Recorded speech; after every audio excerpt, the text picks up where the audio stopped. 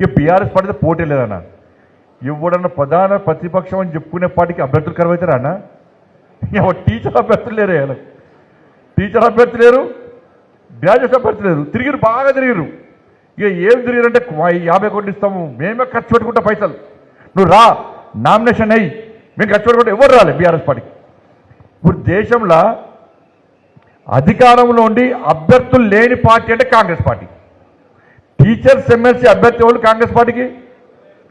అక్కడ వరంగల్ ఎవరు లేరు. ఇప్పుడు అధికార పార్టీకి అభ్యర్థి ఉన్నాడానే? మన అభ్యర్థులు ఎప్పుడు ప్రకటిస్తాం మనం? 15 రోజుల ముందు నామినేషన్ కంటే నెల రోజుల ముందు అభ్యర్థులు ప్రకటిస్తాం మనం. 15 నెల రోజుల ముందు అభ్యర్థులు ప్రకటిస్తాం మనం. ఇలా అభ్యర్థులు లేని పార్టీలకు ఎట్లా చేస్తాం మనం? కాబట్టి ఇలా దమ్ము పోటీ చేసే దమ్ము ధైర్యం ఉన్న పార్టీ భారతీయ జనతా పార్టీ. కాబట్టి కాంగ్రెస్ పార్టీకి బీఆర్ఎస్ పార్టీకి అభ్యర్థులు కలివారు. ఇలా భారతీయ జనతా పార్టీ అభ్యర్థులు అనుకున్నాం.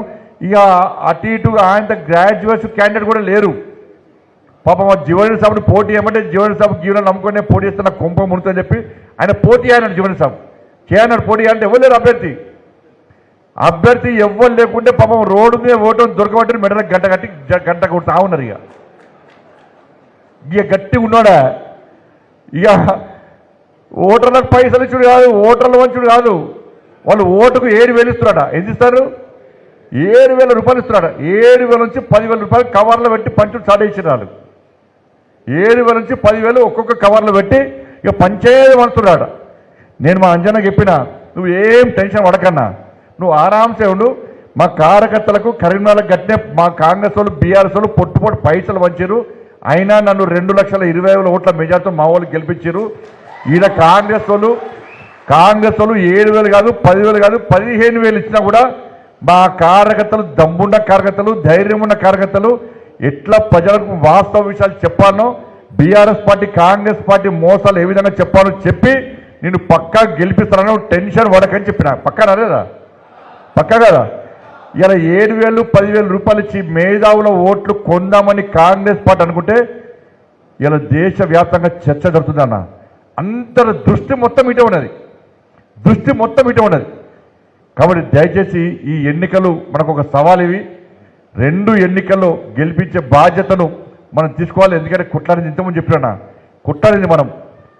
ఇలా ఉద్యోగులు ఉపాధ్యాయులు ఆలోచించాలి. ఇవాళ మమ్మల్ని గెలిపియండి, మీకోసం కొట్లాడతాం మేము. ఇవాళ గెలిచిన వెంటనే ఇలా అంజిరెడ్డి గారిని కొమరే గారిని గెలిపించండి. గెలిపించినాక వారం రోజుల